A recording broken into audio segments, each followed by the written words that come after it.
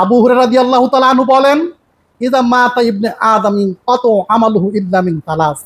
একজন মানুষ যদি মারা যায়, আদম সন্তান যদি মারা যায়, মারা যাওয়ার সাথে সাথে পৃথিবী থেকে সে বিচ্ছিন্ন হয়ে যায়।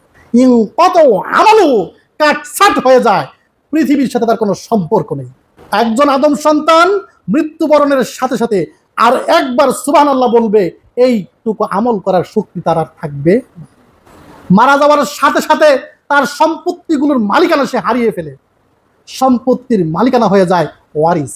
মারা যাওয়ার সাথে সাথে গায়ের কাপড়গুলো খুলে ফেলা হয়।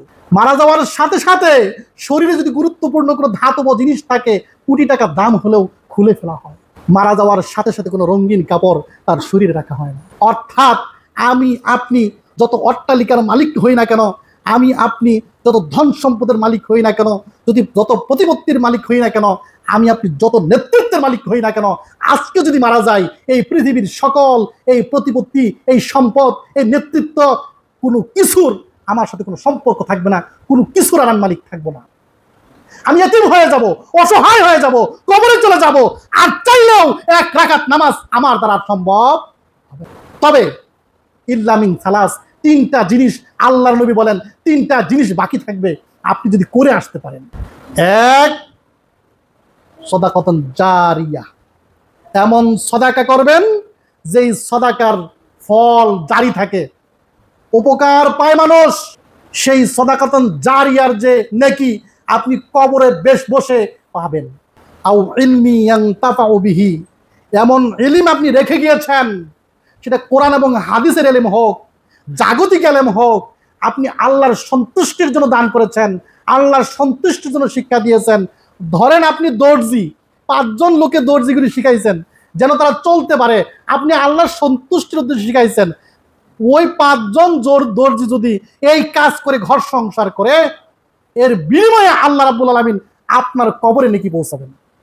নাম্বার 3, আও ওয়ালাদিন সালিহি আদউ লাহু, এমন নেক সন্তান, যে সন্তান যত আমল করবে, যত নেক আমল করবে, আপনার জন্য দোয়া করবে, সকল দোয়াগুলো আপনার কবরে গিয়ে পৌঁছবে, সকল দোয়াগুলো আপনার কবরে গিয়ে পৌঁছবে।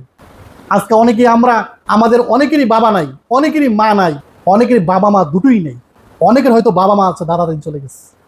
আমাদের প্রতি তাদের হক রয়েছে, হয়তো তাদের দোয়ার কারণে আমরা এখন চলতে ফিরতে পারি, সম্পত্তির মালিক, বা তাদের সম্পত্তি দিয়ে এখন আমি চলতেছি, কিন্তু দান সাদাকা করে তাদের কবরে কোনো নেকি পৌঁছানোর চিন্তাই আমরা করি না।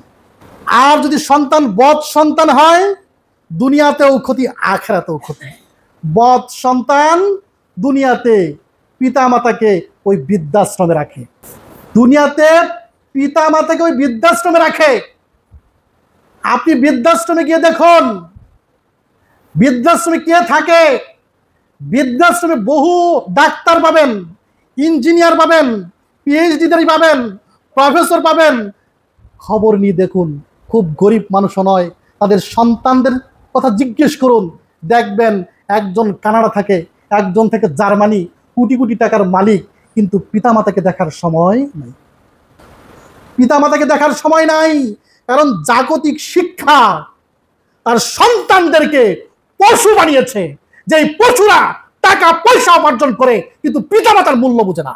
কষ্ট নেবেন না, আমি বলতে চাই আমরা অনেকেই আমাদের সন্তানদেরকে সেরকম পশুর মতো মানুষ করতেছি কিনা একটু লক্ষ্য করা প্রয়োজন।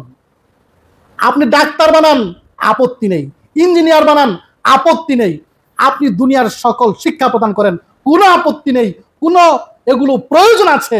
কিন্তু আপনি যদি কোরআন এবং হাদিস শিক্ষা না দেন, ইমান যদি শিক্ষা না দেন, আল্লাহর পরিচয় যদি তার মধ্যে না দেন, আল্লাহর নবীর আদর্শ যদি তাকে না শেখান, তাহলে কি হবে? জাগতিকভাবে কোটি কোটি টাকার মালিক হতে পারে, কিন্তু সে পশু হবে, মানুষ হবে না।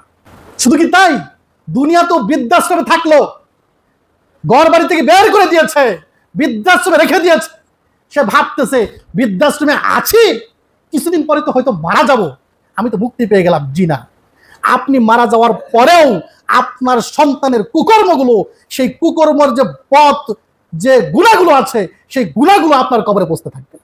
যেমন নেক সন্তানের দোয়াগুলো পৌঁছে, তেমন বদ সন্তানের সেই কর্মগুলোও পৌঁছবে। এই জন্য বলছি, ন্যাক সন্তান দুনিয়াতেও পিতামাতার কাজে লাগে, কবর আখিরাতেও কাজে লাগে। আর বদ সন্তান উভয় জাহানেই পিতামাতার শুধু ক্ষতিই করে। তাই সন্তানদেরকে আজই আমরা 100% ইসলাম, কোরআন, হাদিস, আকীদা, বিশ্বাস এগুলো সম্পূর্ণরূপে গঠন করার যেই বিদ্যালয়ে, যেই মাদ্রাসায়, যেই প্রতিষ্ঠানে দিলে সে শিখবে, সেভাবে আমাদের ব্যবস্থা করতে হবে।